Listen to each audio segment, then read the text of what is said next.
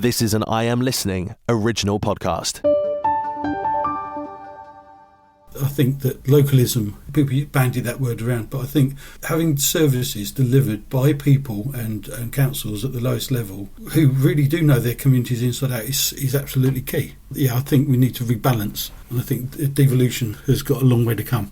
Welcome to the Kent Politics Podcast, your go-to source for insightful discussions on local and national political matters. Join us as we take a deep dive into local government across the county. Find out what the key decision makers have to say, what your money is being spent on, and how the party's policies could affect how we live.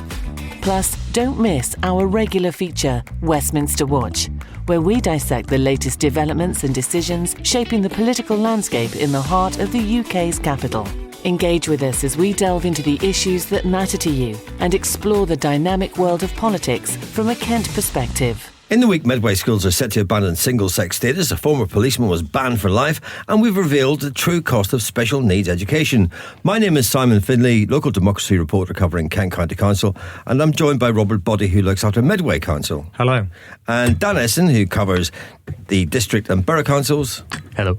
And senior news editor Nikki White, who has been looking at the national and international picture. Hello. Later on, we'll be speaking to Green Party councillor Mark Hood about the rise and rise of his party in Kent and whether it can seize control of the county council. Robert, what's been happening down your way in Medway? In education news this week, 3 of Medway's single-sex grammar schools are to go coeducational from September 2026.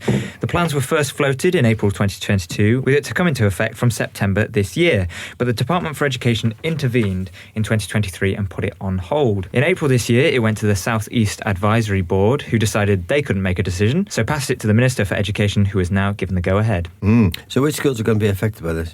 So Chatham Grammar and Fort Pitt Grammar Schools for girls and Holcombe Grammar for boys are to go mixed. Originally, the reason given was that there are a shortage of selective school places for boys, but now the council says the move will make availability of spaces for boys and girls more equal and can alleviate pressure for places at non-selective schools. Has there been any kind of reaction to this then? Well, the schools and Medway Council have both welcomed it, saying it will mean more children from Medway will get places in local schools rather than children from outside the area, and it will mean that children will not have to travel as far to get to school.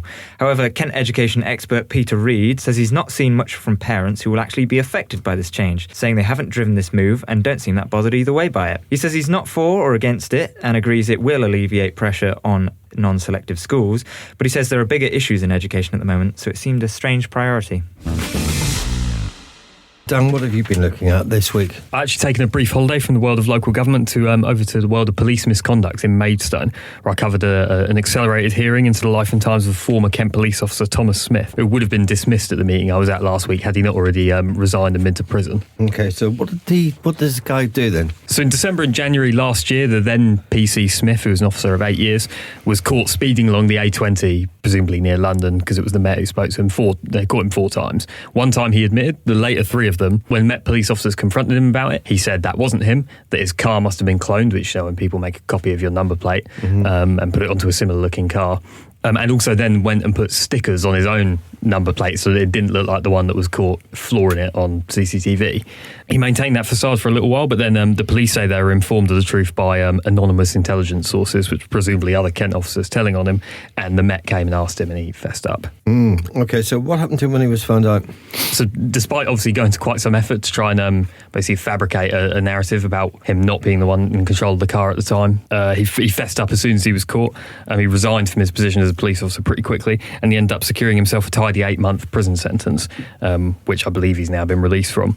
He was sentenced for perverting the course of justice at Croydon County Court, and despite already going down for that, he got served his police misconduct hearing papers in the prison canteen, which is a rep from the Police Federation wasn't very happy about. I dare say he wasn't.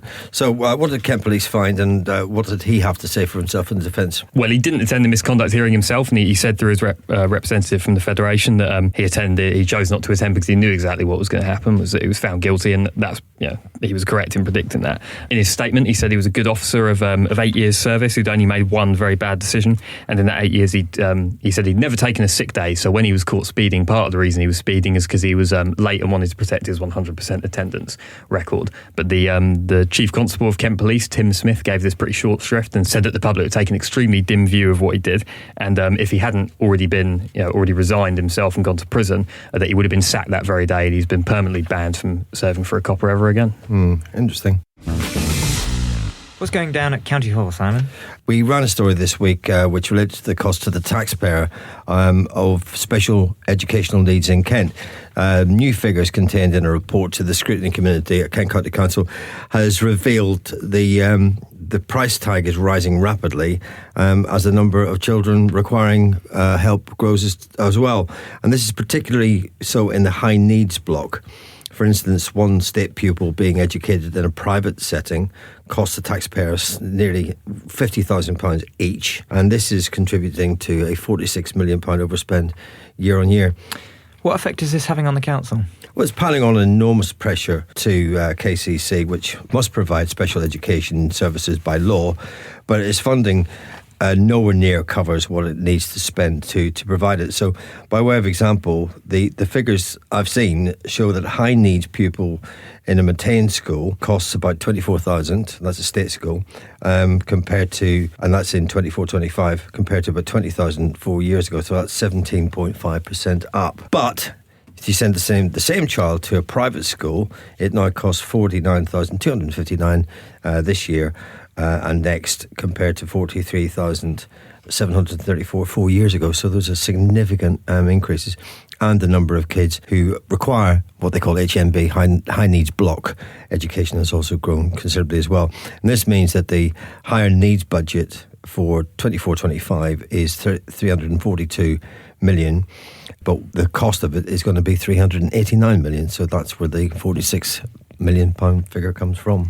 Has there been a reaction to this? Well, one county councillor, Simon Webb, who actually is an educationalist by trade, said that the one reason why high needs pupils are in private schools is because the state special needs schools are operating what he described as a selective admissions policy, a situation that he has also described as ludicrous. He welcomes the reforms currently being carried out by KCC to reduce the cost of special educational needs and the Home to School Transport Bill. How have the special schools reacted to this? Well, earlier this year, they sent a letter from the Kent Special Educational Needs Trust, which was widely published, and it said that there's been a lot of rhetoric from KCC that special needs schools do not wish to change and are actively resisting change, and this is simply not the case, and is causing further friction between KCC and its schools, something that it will only be detrimental to the children we all seek to serve.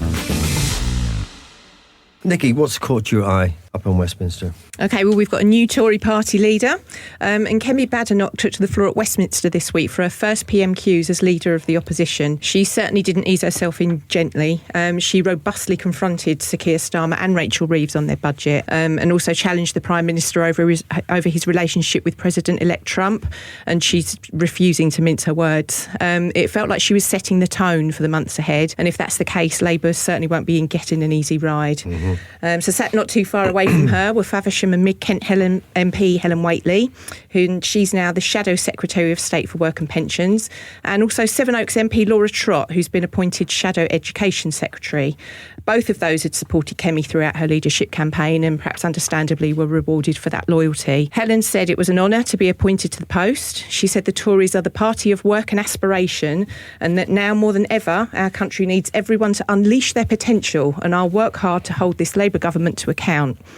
Helen hasn't forgotten her constituency work, though, and she's been asking questions in the House this week about broadband black spots, particularly for the villages of Throwley and Witchling, two communities which she says have been left behind in the rollout of superfast connectivity. She's since met with Building Digital UK, that's the government arm tasked with improving faster broadband and mobile coverage in hard-to-reach places across the UK. And Helen said, "We're making progress, and I really hope to have some good news to share on this soon." So what did Laura Trott have to say? Well, Laura, again, she was delighted to be appointed to her education role and said that she wanted to work constructively in opposition in the best interests of children and young people. She was, however, quick to get going in her new post and said what she actually described as quite the first day when Labour issued a statement on their decision to hike up tuition fees for the first time in several years. Laura was quick to point out this wasn't something that they'd actually mentioned in their manifesto. However, on a lighter note, she's also been appealing this week for entries for her annual Christmas card competition. And the winning design will be printed on all the cards that she sends out in December. The winner will also get a trip to the Panto at the Stag Theatre in Sevenoaks. But if you were thinking of entering, Simon, I'm afraid you have to be under 11 and the deadline's now closed. Any other big names in Kent Tory politics get a job from new leader at Tory party? You might have thought that Tunbridge MP Tom Tugendhat would have been on the list for a top job, especially after he threw his hat into the ring early on as a possible party leader, but there's been no mention of him. It's understood no specific role was offered to him, and although he was actually approached by the leader of the opposition, he said he didn't want a role in the shadow cabinet. Is there a topic that you would like to be discussed on the Kent Politics podcast? Perhaps you've got a question for one of our panel, or you'd like to comment on a hot topic in local or national government. Get in touch by emailing or sending a voice note to kentpoliticspodcast@thekmgroup.co.uk. The past 10 years has seen a remarkable and sustained growth in popularity for the Green Party in Kent, perhaps driven by the explosion in house building and loss of many green spaces, or maybe disgust at the water companies dumping raw sewage into rivers or coastal waters. One man who's been around for most of it is my guest, Kent County and Tunbridge Borough Councillor Mark Hood, and he joins us today. Welcome, Mark. Thanks for being here. Hello, Simon. I'm delighted to be here too. Yeah, thank you very much indeed for joining us. Listen, just before we kick off, just tell us a little bit about your background, please, and how you got into politics. Well, I've lived in Tunbridge since I was 4 years old. I was brought up in Hinewood on the painter's estate out there, and I was a printer for 25 years before I went into gardening. So printing was a massive trade industry in the Tunbridge area. But then I moved over to gardening, and then I got into sort of community grassroots kind of activities with the Boddy Residents Association. And then we had a local campaign called Keep River Lawn Green, which kind of propelled me into more party politics. So yeah, that's kind of my background. Yeah. Why the Green Party and not maybe the Labour Party? I didn't. Back in the very late 80s, I was in the anti-poll tax movement. And I didn't, when I looked around, I couldn't see any political parties that reflected my kind of hopes and aspirations and my values. And then it was weird because the Green Party were involved in that campaign to a certain extent. And over the years, I just became more aligned with them. And then almost as soon as I stopped being a printer, I had a bit more time on my hands for evening meetings because I didn't work shifts. So I went along to a few Green Party meetings, and I felt that I was really part of a wider family there, a wider community. Yeah. You're a Kent County councillor, and you've had to watch in the last sort of 4 or 5 years the council going through some pretty difficult times, having to find tens of millions of pounds in savings every year while services are suffering. Do you ever have a sneaking sympathy for Conservative leader Roger Gough? I don't think that Kent County Council is in the state that it's in because it has been historically badly run. I think it is in a state of managed decline. I think Kent Highways actually describe it as such when they talk about their road network. That was David Brazier. He said he got himself in a terrible lot of trouble, didn't he? Yeah, he did. But he spoke a lot of sense. He told the truth, and I think that it's a combination of increasing demand in terms of things like social services and all the people-based services like SEND, adult social care, all of those children's services, and the fact that we don't get the money from government that we once got. So I think the two things have created the perfect storm, and they are an existential threat to the future of the county council, which I think is a massive shame because it is such a valuable institution that contributes so much to the life of Kent's residents. But the Conservatives have been in charge for quite a long time. In fact, as long as I can remember, really. So if you're in charge, you surely should be managing things a little bit better, shouldn't you?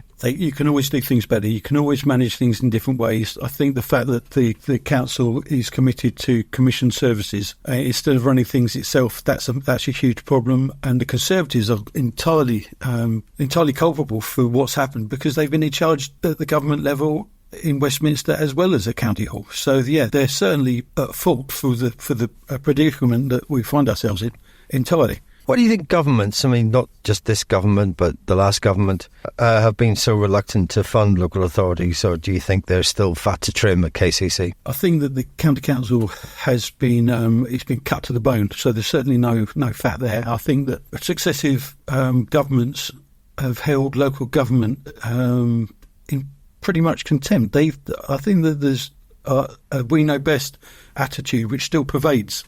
I think that the COVID period actually was a really good example of how local councils were necessary. They actually took a lot of responsibility for delivering assistance to our communities, and they did it really well. I think that localism, people bandied that word around, but I think having services delivered by people and councils at the lowest level who really do know their communities inside out is absolutely key. Yeah, I think we need to rebalance. I think devolution has got a long way to come. You say that you think the governments hold local government in contempt.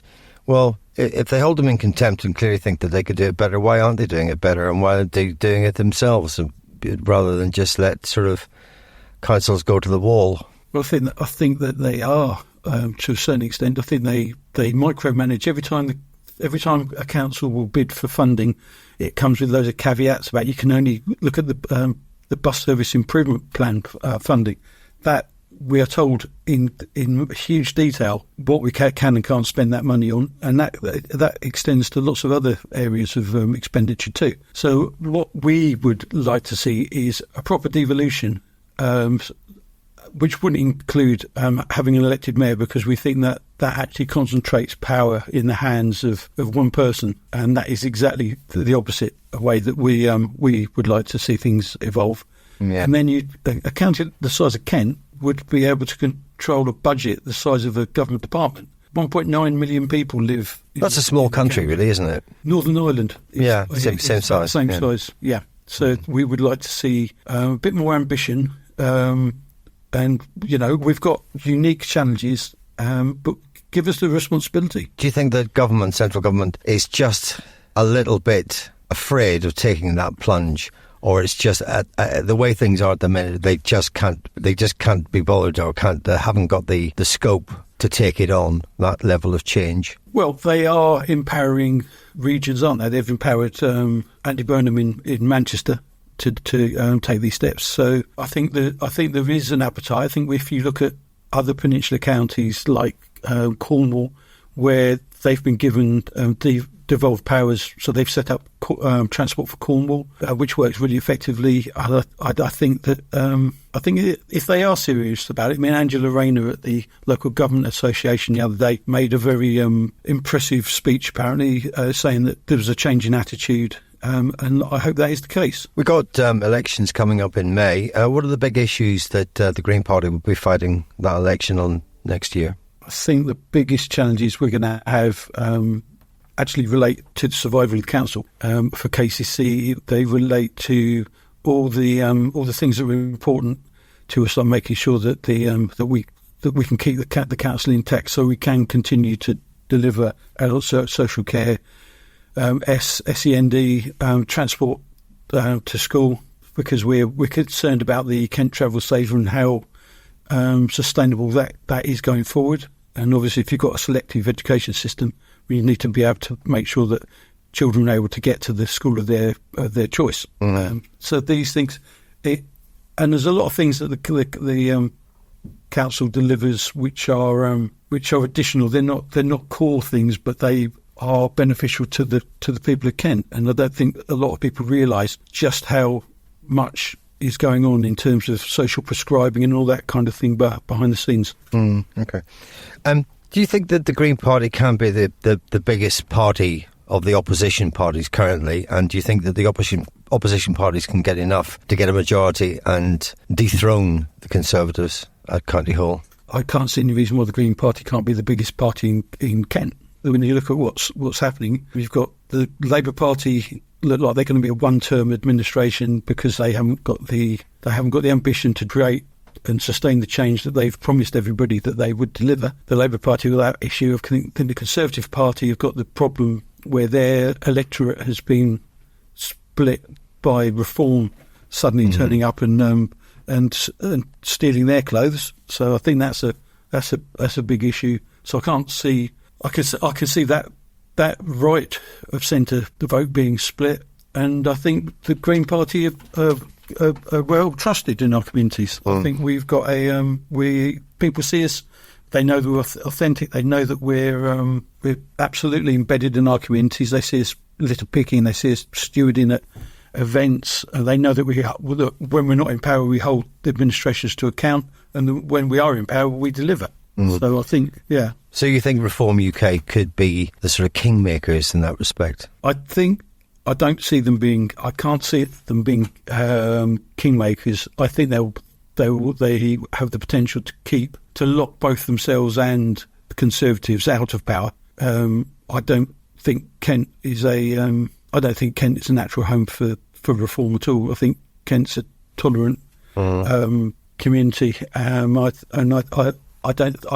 The thing with Reform is they're very content to point out what's wrong, but when they're asked to come up with the solutions, they fail miserably. They haven't got any solutions. They're there to stoke the flames of dissatisfaction. Why do you think the Green Party has grown in popularity and in recent years? And why do you think that a lot of Tories are prepared to vote Green, despite the fact you're a fairly left of centre party? I think if you look at what's happened with the Conservative Party, they've managed to shift so far to the right that I don't think that even people like Margaret Thatcher would recognise some of the policies that are being pushed by people like Kemi Badenoch and Robert Jenrick. I think a lot of Conservative voters feel that the party's moved away from them, and I think that's probably true of a lot of Labour supporters as well. A lot of Labour members. So I think here in Tunbridge we have a lot of people who vote for us who have previously voted Conservative, and they do it because they can see that we share their values in terms of wanting safe communities, wanting to have a sustainable housing market where we are actually building properties for our social housing so that our sons and daughters aren't priced out of our communities and forced to live elsewhere, that we place value on the natural environment and the green belt. So, I mean, even when we looked at some of the UKIP leaflets and literature, you can see that there's quite a lot of shared values between people in terms of looking after our countryside and our core values. You mentioned UKIP there. Did you mean to mention UKIP, Mark? I did because we've previously had UKIP candidates here, and it was it was striking to us how often we would see in multi councillor wards that you'd see a UKIP cross next to a Green Party cross, and so you think that they're probably coming from the Conservatives? We managed to at the last county election. The Conservative vote more or less held up here, but we managed to get a lot of voters out who had never voted before in Tunbridge. So it's kind of we took voters who had previously voted Labour and Lib Dem, and they decided that they would vote Green because they recognised what we were doing locally and our ambitions to do things differently, work collaboratively, make real change. Okay, house building is a huge issue in this county. Do you think we're building the right types of houses? We're definitely not building the right types of housing. What we are doing is the government's pandering to developers. And when you look at the west of the county especially, you look at Sevenoaks, Tunbridge Wells, Tunbridge Morning, where you've got districts like Sevenoaks, they've got 93% of the available land is Greenbelt, and you just cannot fit that many houses in. And if you're limited, then you need to look at where the greatest need is. And addressing local need first, I think, is the responsibility of any council, and that means looking at social housing. And a lot of councils are building social housing. A lot of them are conservative councils because they recognise that it's also an investment. If you have an independent housing company that you have an arm's length relationship with, that you can actually protect your investment by making sure it's not susceptible to right to buy, and that you can solve the problem you've got with a lot of temporary accommodation, which is going to cost Tunbridge Moorling £665,000 this year alone, and then you can make sure that you've got money coming in to pay for your services going forward. So I think it's critically important that you get it right, and that the government allows local councils like Tunbridge Moorling to actually focus on that kind of social housing and give us the money, provide the money for us to get on and do this kind of work. Finally, Labour have been in for just 4 months. How would you rate the performance of Sir Keir Starmer since he came into office? Very disappointing, I think. If you look at his performance, he's becoming a leader of the Labour Party. He has managed to backtrack on almost every one of his leadership pledges, and even the election pledges. I mean, he's got more flip-flops than Canberra Sands. He's quite appalling, really. When you think of, I've got a colleague, a Labour colleague. He's said to me in the past that you get a lot of leaders who break their policies once they get into power, but you don't get many who break the policies before they actually find their way into number 10 Downing Street, which he has. So it's kind of, I'm not quite sure what drives him. I don't understand what he wants to achieve, because at the moment I'm not seeing a marked difference in his policies to those of the previous government. OK, Mark Hood, listen, it's been a pleasure to speak with you, as always, and many thanks for your time. OK, thank you very much. You take care.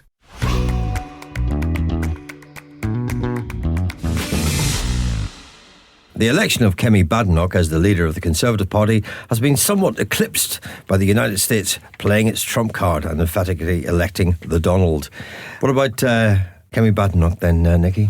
Yeah, it must have been pretty tough for her, gearing herself up for her first PMQs to make that iconic first moment on the at the lectern. But and then she's trumped by Trump, which was probably not what she wanted to happen. She came out all guns blazing, though. I think some people will say that she's been described as combative throughout her whole career. She certainly set the tone for that. She came out with there were no niceties about it, really. Yeah, straight to it. Yeah, absolutely straight into it. And it just feels that it wasn't a job interview for her, but you feel that sometimes if you're creating a new friendship and a new relationship, you want to kind of make sure that you're going to get on with somebody from the off. And have a healthy working relationship, even if you're not going to agree. I'm not sure that that's the tone that I felt she set there. I think there's going to be lots of fireworks, certainly in the next few weeks. I think I'm sure. Dan, you watched PMQs. I haven't seen it, but I mean, you've just watched it. What did you think? And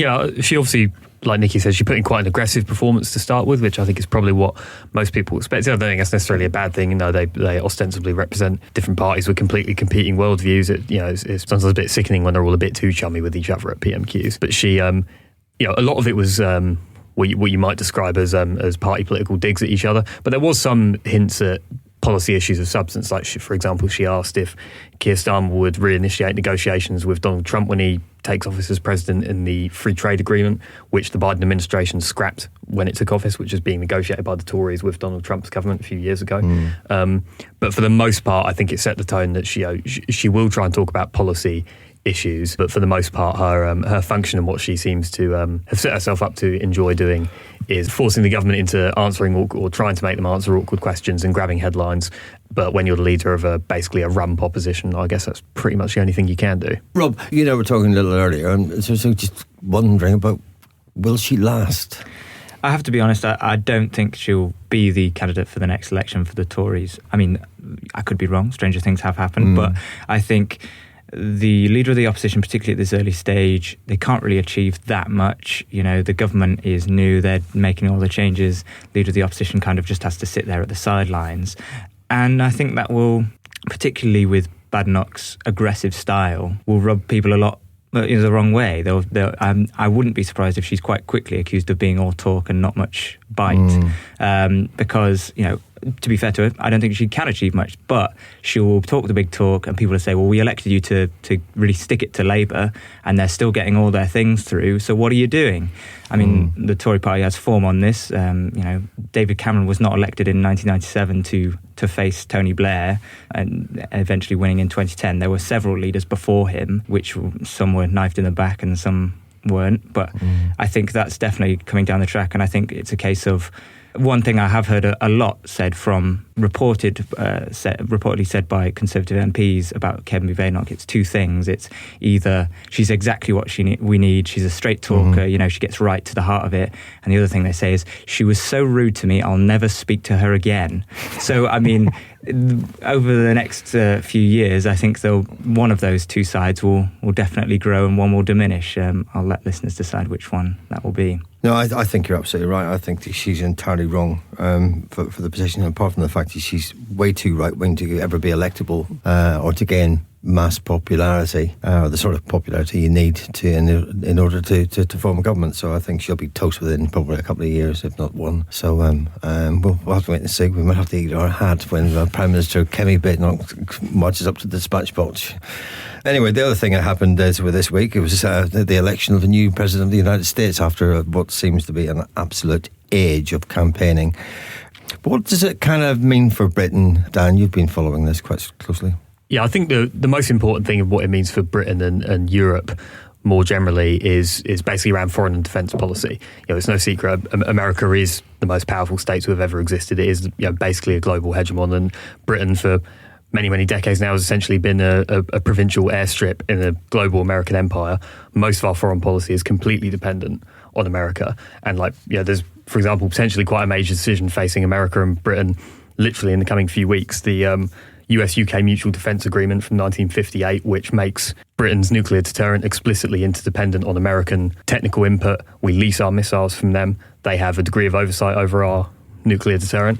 That expires on the 31st of December this year. Technically, Biden will still be the president when that happens, but if Donald Trump expresses, as he has with issues like the Ukraine war, that he wants to, isolate America more from its sort of imperial commitments to and defence commitments to other countries, if Donald Trump signalled that he didn't want to renew that treaty, Biden probably wouldn't renew it because it would cause a constitutional crisis if you predetermined your predecessor in that or your successor in that way. I think that points to something bigger, which is that Donald Trump said he wants to pull loads of money out of the war in Ukraine, which is, by definition, it's a European war, it's in Europe.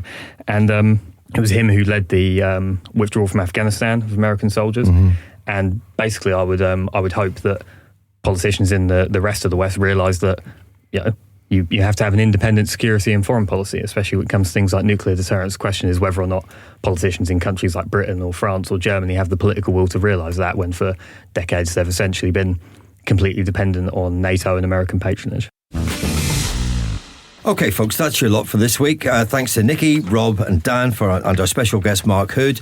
Don't forget to keep an eye on KentOnline/politics for the latest news from across the county. And you can also sign up for our newly launched politics briefing newsletter by visiting kentonline.co.uk/newsletters/. And finally, don't miss KMTV's politics show every Friday at 5 p.m. See you next time.